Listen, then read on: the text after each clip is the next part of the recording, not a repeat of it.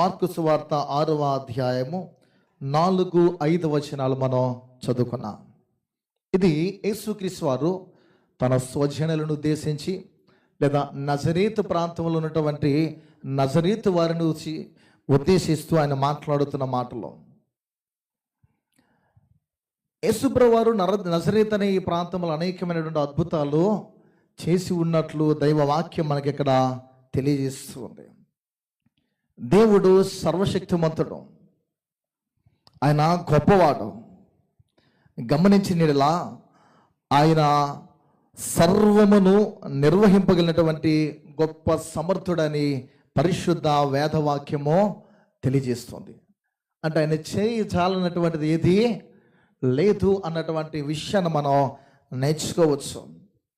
మన అవిశ్వాసమునకు లేదా మన యొక్క అపనమ్మకముకు అపజయమే అనేది ఎదురవడానికి కారణము నీలో నాలో మనలో ఉన్నటువంటి అపనమ్మకం అనేది, అవిశ్వాసం అనేది అని మనం నమ్మాలని ఈ 4-5 వచనాల ద్వారా మనం నేర్చుకోవచ్చు.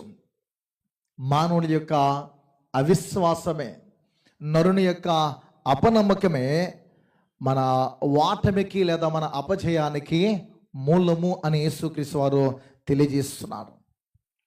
ఇంకా మనం ఆలోచిస్తే అవిశ్వాసమును బట్టి దేవుణ్ణి శక్తిహీనుడైనట్లు, అంటే ఆయన ఏది చేయలేడు అనేటట్లు, దేవుడు శక్తిహీనుడైనట్లు నరులు అనేక మంది తలంచుచూ ఉంటాం.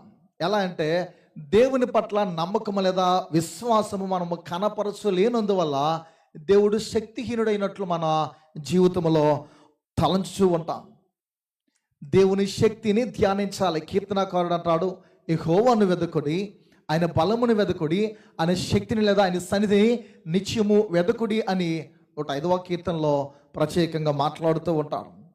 మన శక్తి, మన యొక్క సమస్తము కూడా మన జీవితంలో ఏదైనా చేయడానికి మనం చేసేస్తాను, నెరవేర్చుకోగలుగుతాను, నేను అనుకున్నది చేయగలుగుతున్నాను అనుకుంటూ ఉంటాం. మానవుని యొక్క శక్తి అంటే నా శక్తి అనేది, నా సమర్థత అనేది ఏది చేయటకు కూడా సాధ్యమో కాదు. నరునికి ప్రతిదీ అసాధ్యమే. దేవుని తోడు లేకపోతే, ఆ దేవుని యొక్క నడిపింపు లేకపోతే, దేవుని సన్నిధి లేకపోతే మనం ఏది చేయజాలము. అయితే సర్వశక్తిమంతుడైన దేవునికి, శ్రీమంతుడైన దేవునికి, సర్వసృష్టిని కలుగజేసినటువంటి యెహోవాకు సమస్తము సాధ్యమే. దేవునికి అసాధ్యమైనది ఏదైనా గలదా?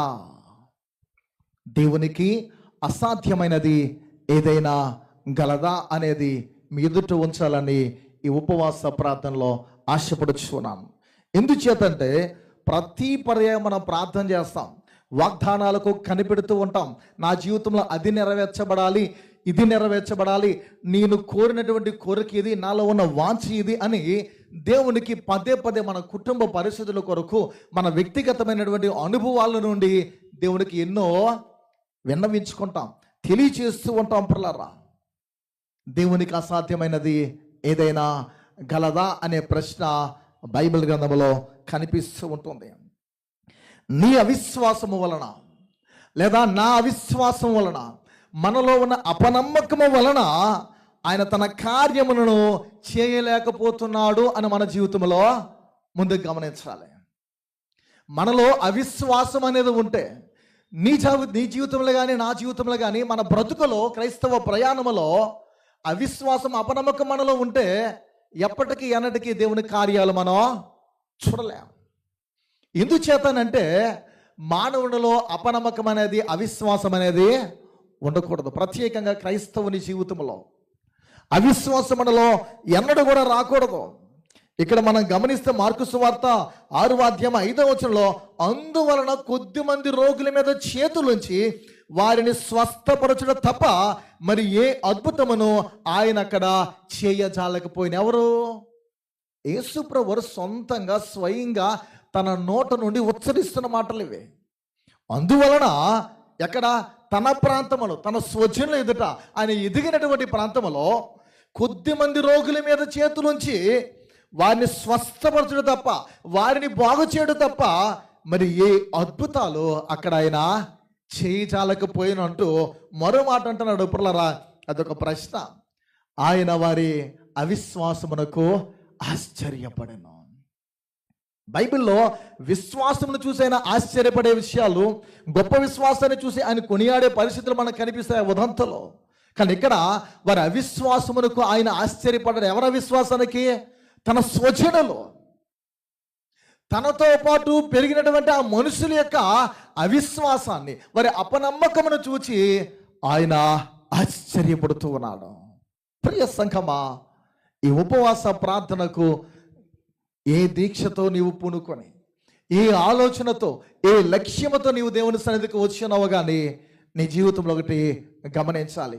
మనలో ఏదైనా ఇసుమంత, ఎక్కడైనా అవిశ్వాసం అనేది మనలో ఉంటే, చిన్నపాటి అపనమ్మకం మనలో ఉంటే దైవ కార్యాలు మనం చూడలేము. అపనమ్మకాలు మనలో పటాపంచలైపోవాలి.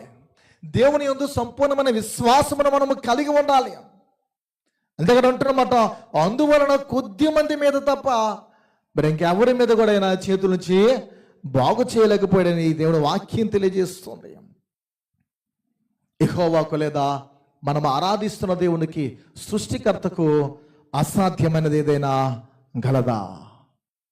ఆయనకి ఏది అసాధ్యము కాదు అన్న సత్యం మనందరికీ బాగా తెలుసు. అయినా ఎక్కడో మనకి ఏదో ఓ అనుమానం, ఏదో అపనమ్మకము, ఎక్కడో పిల్లరా అవిశ్వాసము. విశ్వాసంలో గురించి మనందరికీ బాగా తెలుసు. నమ్మేవాడు, విశ్వసించేవాడు ఒకడు, అవిశ్వాసాన్ని కలిగిన వాడు ఒకడు. పిల్లరా, అల్ప విశ్వాసాన్ని కలిగిన మనుష్యుడు ఒకడు, గొప్ప విశ్వాసముని కలిగి తన జీవితాన్ని ప్రభుతో పెనవేయబడి కొనసాగించేవాడు ఒకడు. మనం ఏ స్థాయిలో, ఏ స్థితిలో దేవుని ఎడల నమ్మకత్వాన్ని కలిగి నడుస్తున్నామో పరిశీలించుకోవచ్చు. దేవునికి అసాధ్యమైనది ఏదైనా గలదంటే ఒక చిన్న దృష్టాంతాన్ని బైబిల్ నుండి మీదట ఉంచాలని ఆశపడుచున్నాను. దేవుని యొక్క మార్గాన్ని, అనగా ప్రభు యేసు రాకకు ముందుగా ఆయన మార్గాన్ని సరళం చేయడానికి ఈ భూమి మీదకు వచ్చిన వాడు బాప్తిస్మీడైన యోహాను. జకరియా ఎలిజబెత్ యొక్క పుత్రుడు. ఆ దంపతులకు దేవుడు అనుగ్రహించిన ఒక కారణ జన్ముడు ఈ భక్తుడు. ఈ శూరులు పిల్లరా, దేవుని మహిమ కొరకు బహుగా వాడబడినటువంటి, బహుగా ప్రకాశింపబడినటువంటి ఈ వ్యక్తి ఓ దినమందు చెరసాల్లో బందీడైనటువంటి పరిస్థితి ఎదురవుతుంది. యేసుక్రీస్తు వారు చుట్టుపక్కల తిరుగుతూ కాలినడకన అద్భుతాలు చేస్తారు, స్వస్థపరుస్తారు, సూచక్రియలు చేస్తారు, బోధలు చేస్తారు. అలాంటి సమయంలో ఆయన శిష్యులు, ఎవరి శిష్యులు? బాప్తిస్మీడైన యోహాను యొక్క శిష్యులు, ఆయనను అనుసరించిన శిష్యులు ఆయన దర్శించడానికి, పిల్లల పరామర్శించడానికి వెళ్తారు. దర్శించిన వేళ జరిగిన కార్యం ఏంటంటే, ఆయన చూడండి, ఒక త్రాచుపాము లేదా ఒక నాగుపాము పగడిప్పి ఉంటే ఎలా ఉంటుంది? ఆ ప్రక్కన ఎవరైనా ఒక మనుష్యుడు ఉంటే మరణపు అంచుల్లో ఉన్నట్లు. అది ఎప్పుడు కాటేస్తే చనిపోతాడో తెలియదు. అలాంటి పరిస్థితిలో ఉన్నాడు ఎవరు? బాప్తిస్మీడైన యోహాను. మరణపు అంచుల్లో ఉన్నటువంటి యోహాను దగ్గరికి వెళ్ళిన ఈ శిష్యులు పరామర్శించి వెళ్ళిపోకుండా ఏం చేస్తున్నారంటే, ఈ ప్రక్కూరులకు వచ్చే యేసుప్రభువు వారు ఆ ప్రక్కకి వచ్చారు, ఆయన ఇలా చేస్తున్నారు అలా చేస్తారు అనేసరికి గోరు చుట్టి మీద రాకెటేసి దంచినట్లు యోహానుకి అనిపించింది. అనిపించాను అంటాడు, రాబోవాడు నీవేనా, లేదా నేను లేదా మేము వేరొకరి కొరకు కనిపెట్టాలా?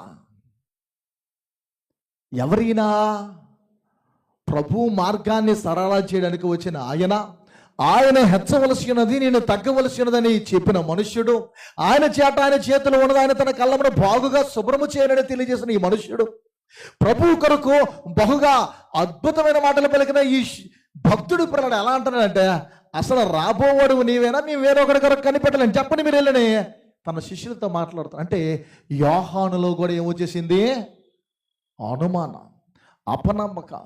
ప్రియ దేవుని సంఘమా, క్రైస్తవులుగా మనము ఎలాంటి నమ్మకత్వంతో ఉన్నాం? ముందుగా చెప్పాను ఏంటంటే, దేవునికి అసాధ్యమైనది ఏదైనా కలదా? ఏదైనా ఉందా? ప్రశ్న.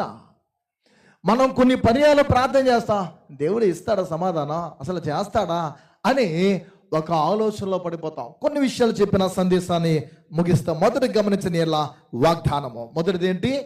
వాగ్దానము ఏంటంటే మనం ఆలోచించండి, దేవుని శక్తికి మించి, దేవుని యొక్క శక్తికి మించి ఆయన నెరవేర్చలేనటువంటిది, ఆయన మానవుడి జీవితంలో ప్రసాదించలేనటువంటిది ఏ వాగ్దానమైనా పరిశుద్ధ గ్రంథములో వ్రాయబడి ఉందా?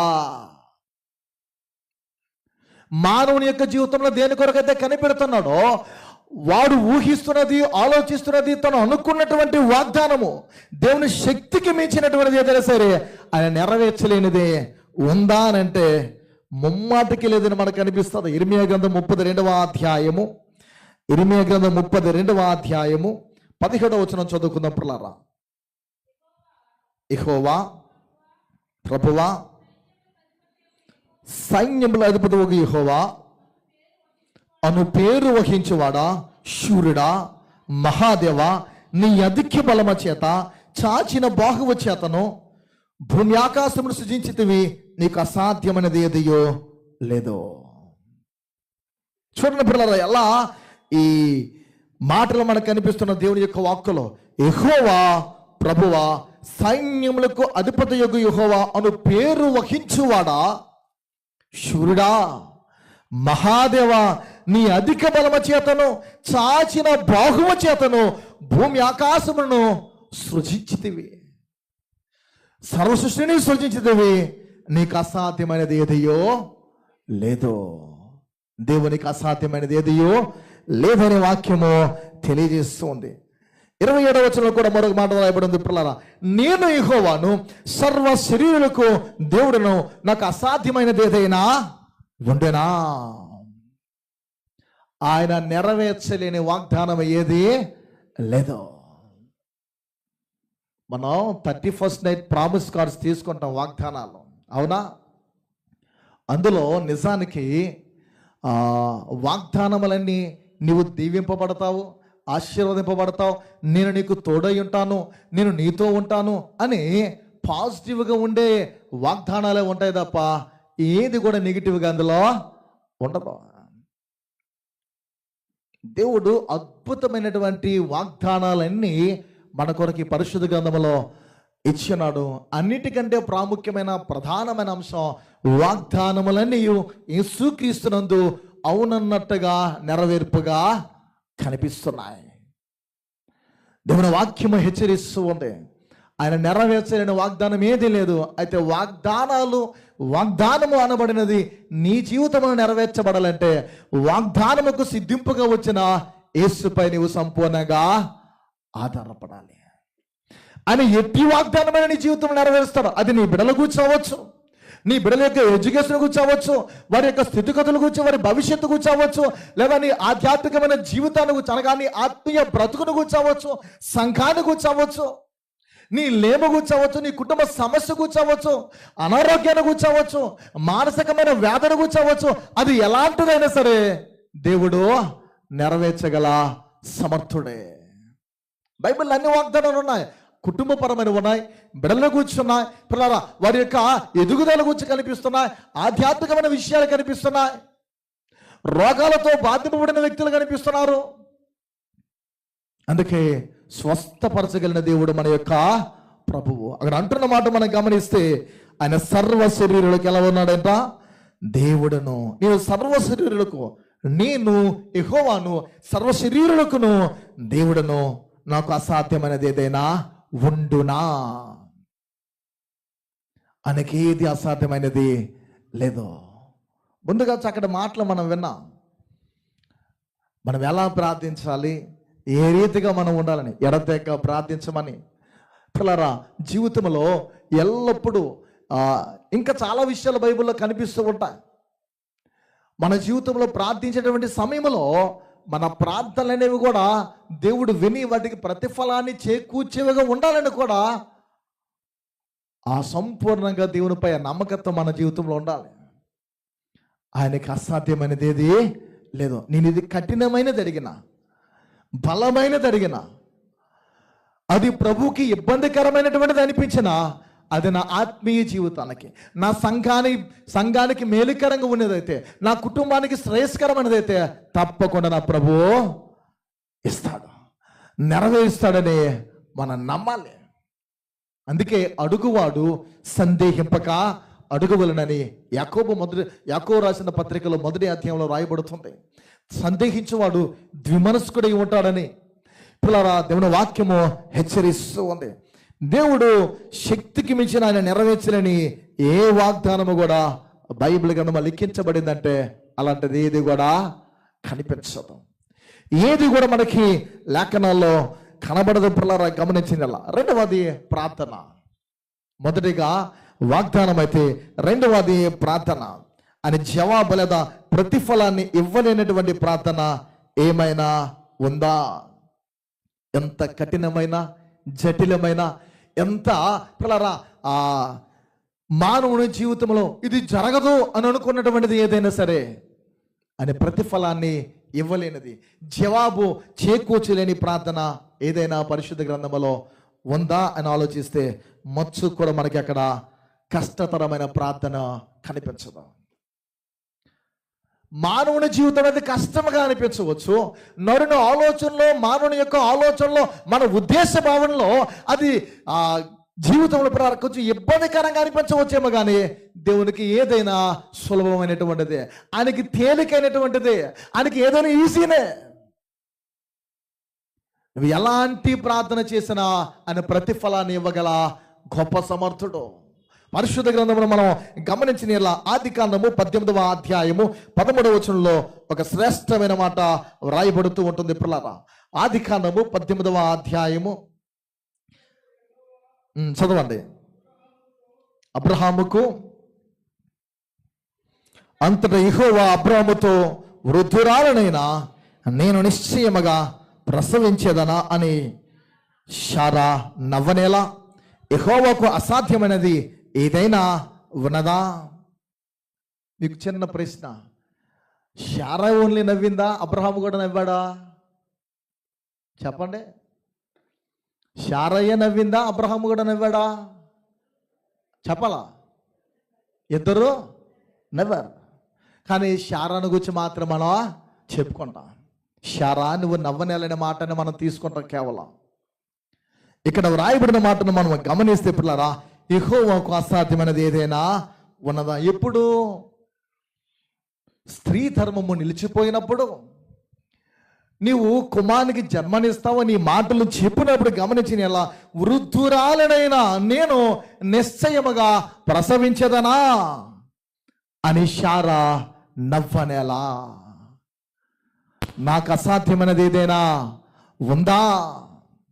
దేవుని మాటల్లో కనిపిస్తూ ఉన్నాయి. ప్రియా దేవుని సంఘమా, ఎంత జటిలమైన ప్రార్థనైనా, ఎంత కఠినమైన ప్రార్థనైనా, ఎంత కష్టతరమైన ప్రార్థనైనా, నువ్వు ఎంత దారుణమైన స్థితిలో ఉండి దేవుని నువ్వు అడుగుతూ ఉన్నప్పుడు ఇది దేవుడు ఇవ్వలేడేమో అని కనిపిస్తూ ఉన్నప్పటికీ, ప్రభువుకి అంగీకరమైన బ్రతుకు అనగా దేవునికి ప్రీతికరమైన, ఇంపైన, ఇష్టమైన జీవితము, అలాంటి శుద్ధమైన మనస్సు మనలో ఉంటే ఎంత కఠినమైన ప్రార్థన అయినా దేవుడికి నీకు ప్రతిఫలాన్ని ఇస్తాడు. ఒక జాషువ ప్రార్థన చేస్తే సూర్యచంద్రుని దేవుడు ఏం చేశాడో ఆపేశాడు, నిలిచేశాడు. అలాగా ఒక నరుడి మాట విని దేవుడు ఏం చేశాడంట?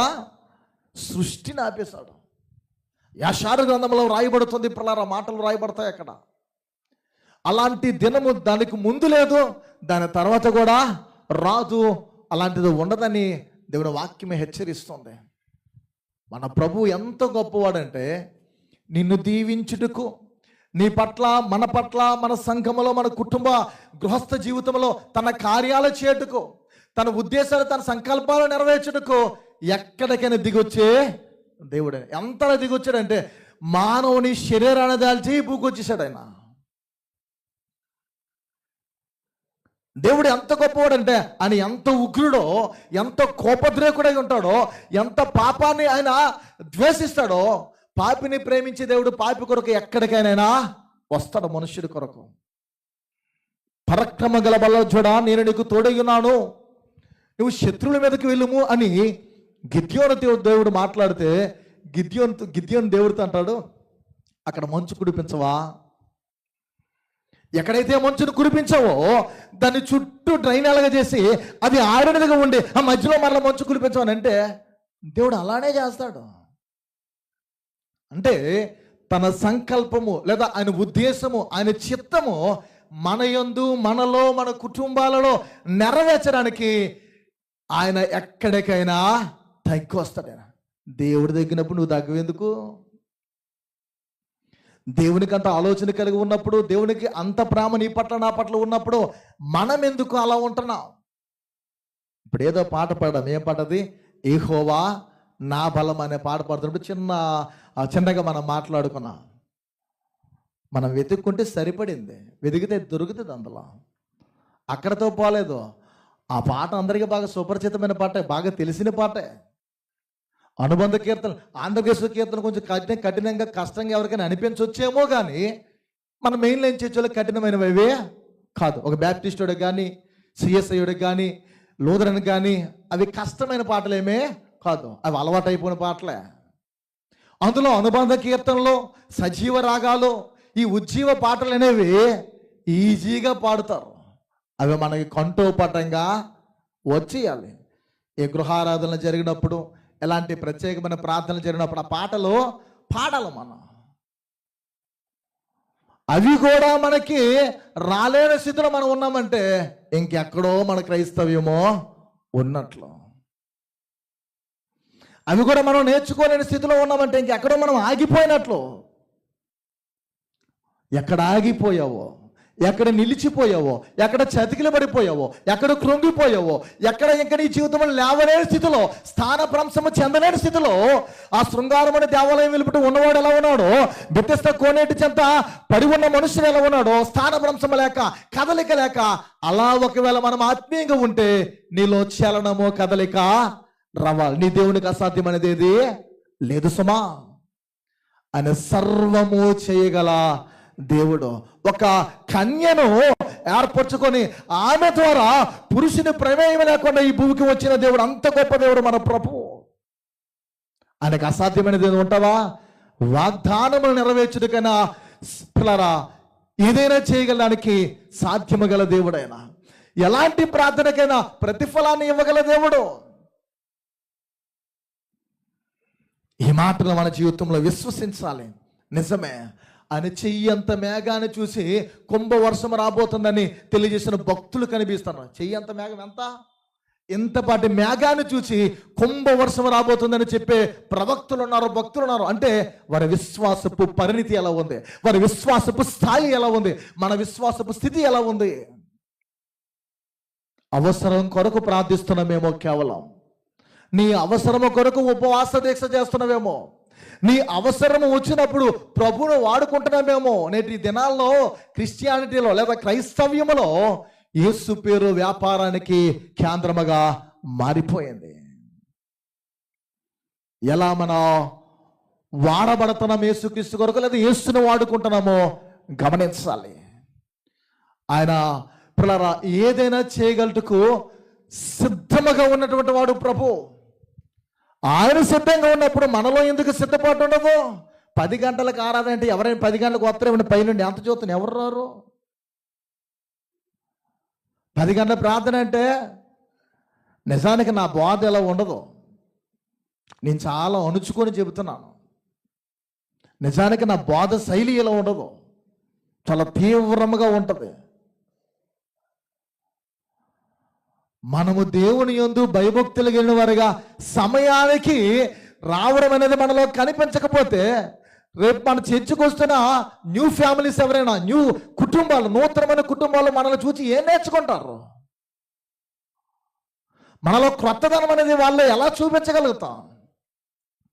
నిన్ను చూచి, నన్ను చూచి, మన కుటుంబాలను చూసి ఎవరైనా పిల్లరా వేరే ఈ సంఘానికి కాని వారు, ఉద్యోగరీత్యో లేదో పరిస్థితుల ప్రభావాన్ని బట్టి ఈ ఊరు వచ్చిన వారు, ఎక్కడ బ్యాప్టిస్ట్ చర్చ్ ఉంది, ఎక్కడ పెద్ద చర్చ్ ఉంది, పెద్ద చర్చ్ అంటే చరిత్ర కలిగిన సంఘం ఉంది అని వెతుక్కుంటూ సెర్చ్ చేస్తూ మరీ వస్తారు. అప్పుడు మనం ఇదే తీరును కనపరిస్తే పరిస్థితి ఏంటి? ఆయన వాగ్దానాలు నెరవేరుస్తాడు, ప్రార్థనలకు ప్రతిఫలాన్ని ఇస్తాడు. అయితే వీటిలో మనం గ్రహించవలసింది, ఆయన మనం వాడుకునేవారిగా కాక ఆయన కొరకు వాడబడేవారిగా మనం ఉండడానికి సిద్ధపడి, నేను ఎలాంటిది అడిగినా ప్రభు నాకు ఖచ్చితంగా చేస్తాడు, ఇస్తాడని మనం ముందు ప్రిపేర్ అయిపోవాలి.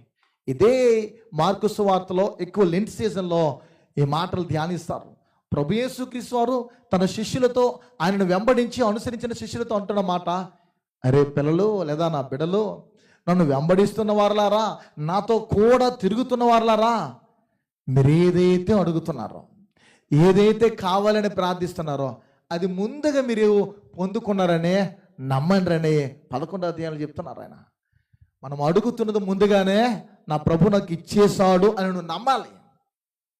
నువ్వు విశ్వసించకుండా ప్రార్థించకూడదు. ఈ జీవితంలో ఎలియాజరు ప్రార్థనలా కనిపిస్తుంది.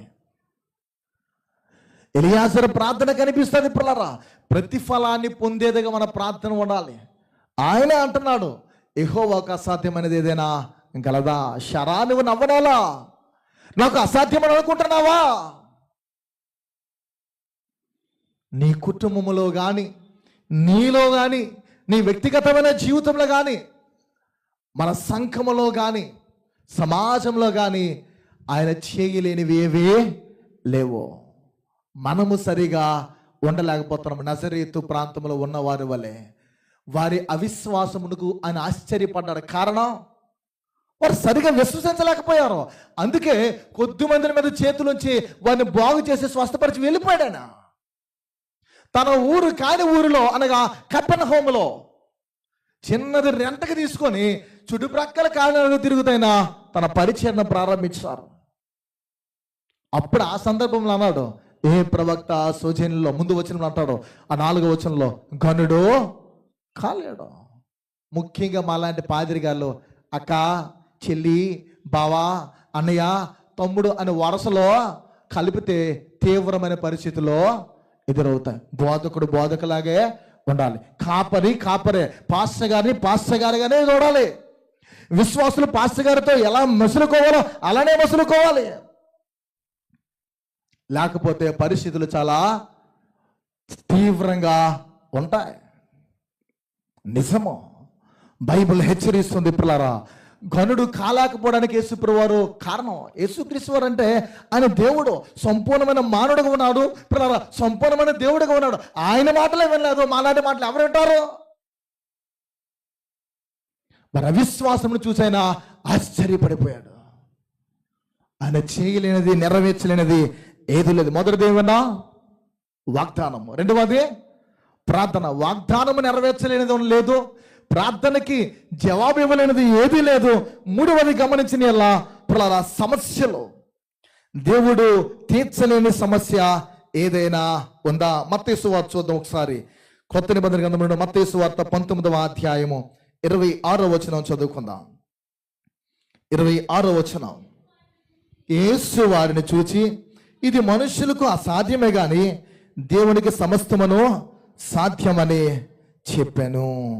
పిల్లరా, దేవుడు ఇక్కడ గమనించిన ఎలా సాధింపలేనటువంటి సమస్య ఎలాంటిదైనా సరే, ఎలాంటి కొట్టు ప్రశ్న, కొన్ని సమస్యలు మనకు కనిపిస్తాయి, కొన్ని ప్రశ్నలు చాలా కఠినంగా ఉంటాయి. ఎలాంటి గొడ్డు ప్రశ్న అయినా సరే పిల్లరా, ఆయన నెరవేర్చలేని, దానికి ఆ సమస్యను తీర్చలేనటువంటిది, ఎడగొట్టలేనటువంటిది పిల్లరా, ఎలాంటి సమస్య కూడా లేదు అని పరిశుద్ధ గ్రంథం ద్వారా మనం తెలుసుకోవచ్చు. దేవునికి గలదంటే ముమ్మాటికి లేదు. 11వ అధ్యాయం మనకి 28 నుండి 30 వచనాలు మనకు కనిపిస్తుంది. ఇదే మత్తయి సువార్తలో మనం గమనించిన ఎలా 28 నుండి, ప్రయాసపడి భారం మోసుకొనుచున్న సమస్త జనులారా నా యొద్దకు రండి, నేను మీకు విశ్రాంతి కలుగు చేతున్న మాటలు మనందరికీ బాగా తెలిసినటువంటి విప్రలారా. ఎలాంటి సమస్య అయినా, ఎలాంటి కఠినమైన ప్రశ్న అయినా, ఎలాంటి గొడ్డు ప్రశ్న అయినా ఆయన తీర్చలేనిది లేదు. కుటుంబపరమైన సమస్యలు, వ్యక్తిగతమైన సమస్యలు, సంఘపరమైన సమస్యలు, లోపల జీవితంలో ఆత్మ సంబంధమైన సమస్యలు, ఆత్మీయంగా దేవునికి దగ్గరగా ఉండాలనుకుంటాం. ఉపవాస ప్రార్థనలకు వెళ్ళాలి, అనుదినము ప్రార్థన చేసుకోవాలి, ఇంటిలో కుటుంబ ప్రార్థన చేసుకోవాలి, అది చేయాలి అని ఆత్మీయంగా దేవునితో దగ్గరగా ఉండాలని అనుకుంటాం. కానీ ఉండలేకపోతాం. పౌలు అంటాడు కదా, మంచి ఏదో మేలేదో ఎరిగి ఉన్నాను, మంచి చేయాలనుకుంటున్నాను, మేలు చేయాలనుకుంటున్నాను కానీ చేయలేకపోతున్నాను. పేతురు అంటాడు గెత్సేమనే వనంలో, ప్రభువా ఆత్మ అయితే సిద్ధముగానే శరీరము సిద్ధముగా లేదు.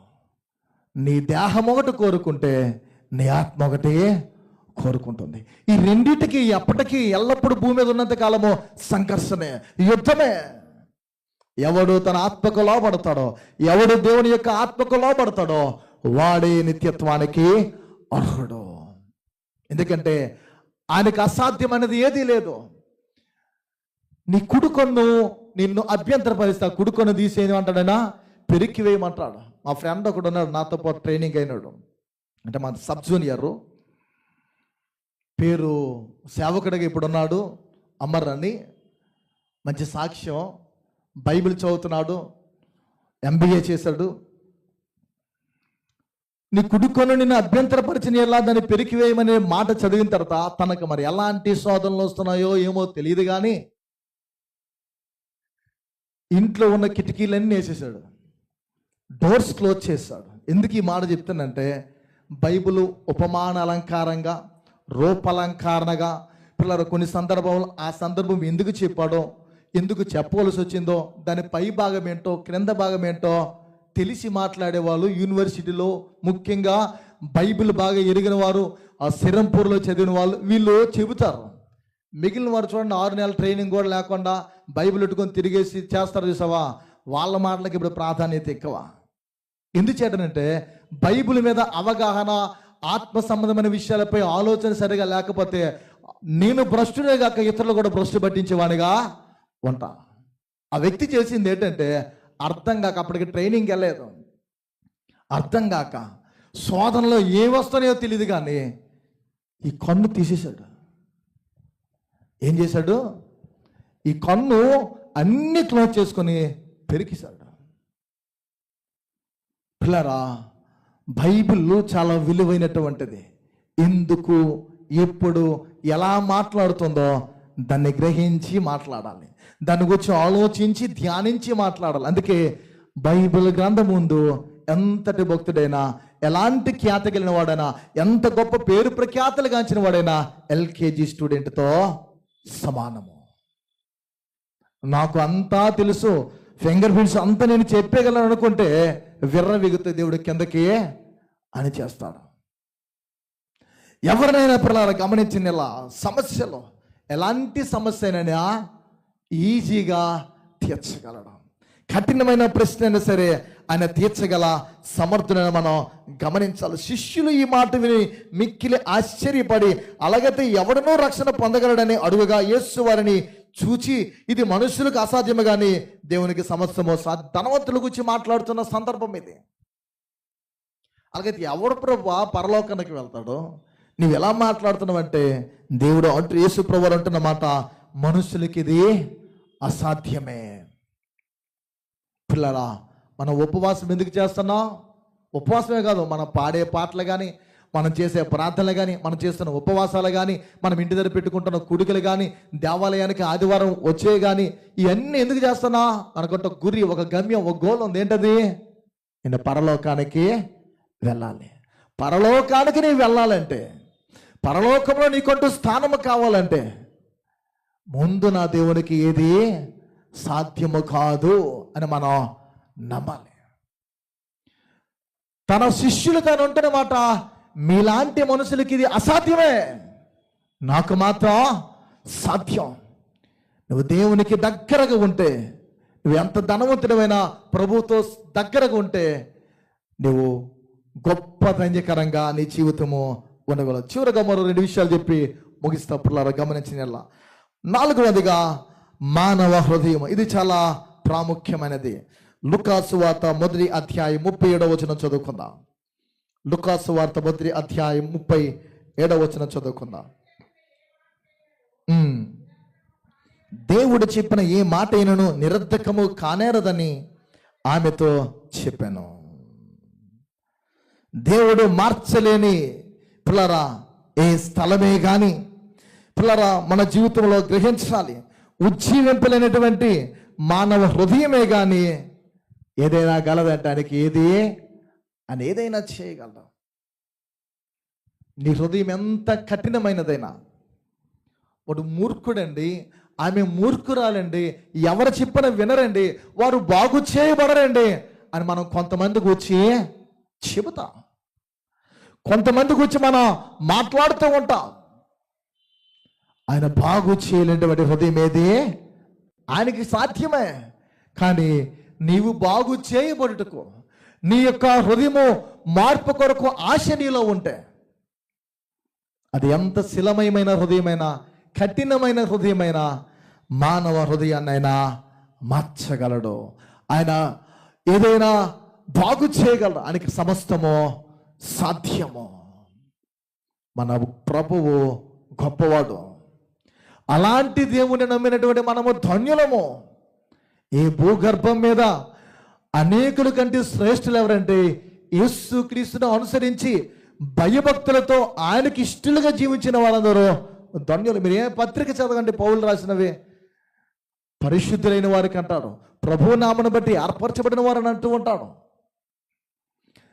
లోకంలో ఉన్నవారందరి కొరకు కాదు, ఆయన కొరకు ప్రత్యేకింపబడిన వారు, ఆయనకి ఇష్టలుగా ఉండేవాళ్ళు, ఆయన కొరకు జీవించేవారు మాత్రమే ధన్యులుగా ఉండగలుగుతారు. నీ హృదయము నేటికి కూడా కఠినముగా ఉంటే, దేవునికి బహు దూరంగా ఉంటే ఆయన బాగు చేయడానికి, ఆయన నిన్ను సరి చేయడానికి, ఆయన మనల్ని క్రమపరచడానికి సిద్ధమే. నీవు సిద్ధంగా ఉండి ప్రార్థించుకుంటే ఈ దినమే నీ హృదయాన్నైనా సెట్ చేసేస్తాడు. ఇప్పుడే ఈ ఉపవాసానికి తగిన ప్రతిఫలాన్ని దేవుడు ఇస్తాడు. ఈ దినమే దేవుడు తన కార్యం చేయగలుగుతాడు. బిల్లి గ్రహం గారు ఎప్పుడు బోధించిన సిలువు లేకుండా, క్రీస్తునాథుడు లేకుండా, ఆయన గురించి చెప్పకుండా ఏ ప్రసంగమైనా బోధించేవారో కాదు. క్రీస్తు లేని ప్రసంగము, యేసుక్రీస్తు ప్రాణత్యాగముతో ముడిపడినటువంటి సిలువు లేనటువంటి ఆ సందేశము ఆయనకి ఎప్పటికీ సున్నాగానే జీరోగానే 100 అనేటట్లు స్టేట్మెంట్ అని ఇచ్చేవాడు. కనుక పిల్లరా, మనం ఎన్ని చేసినా దాని యొక్క అంత్యము, దాని యొక్క గురి ఏంటంటే పరలోకము నాకు, నా బిడ్డలకు, నా కుటుంబానికి కావాలి. ఒక సంఘముగా మేమంతా ఆయనతో ఉండాలి. అది మనకు దక్కాలంటే మనం నమ్మకానికి రావాలి, విశ్వసించడం మనలో జీవించాలి. పిల్లలు ఏంటిదంటే నా ప్రభువుకి, నా దేవునికి, నేను ఆరాధిస్తున్న ఆరాధ్యునికి, నేను సేవిస్తున్నటువంటి ఆ గనుడికి ఏది అసాధ్యమో కాదు. ఎలాంటి వాగ్దానమైనా, ఎలాంటి ప్రార్థనైనా, ఎలాంటి సమస్యైనా, ఎలాంటి హృదయమైనా ఆయన బాగు చేయగలడం, ఎలాంటిదైనా ఆయన సరి చేయగలడని నమ్మాలి. ఈ దినముల్లో కూడా ప్రియులారా ఆయన కార్యాలు చేయకుండా మానలేదు. చెరువు వచనం చూసి ముగిద్దాం ప్రియులారా. హెబ్రీయులకు రాసిన పత్రిక 13వ అధ్యాయము 8వ వచనంలో ఒక మాట రాయబడుతుంది. 13వ అధ్యాయం 8వ వచనం,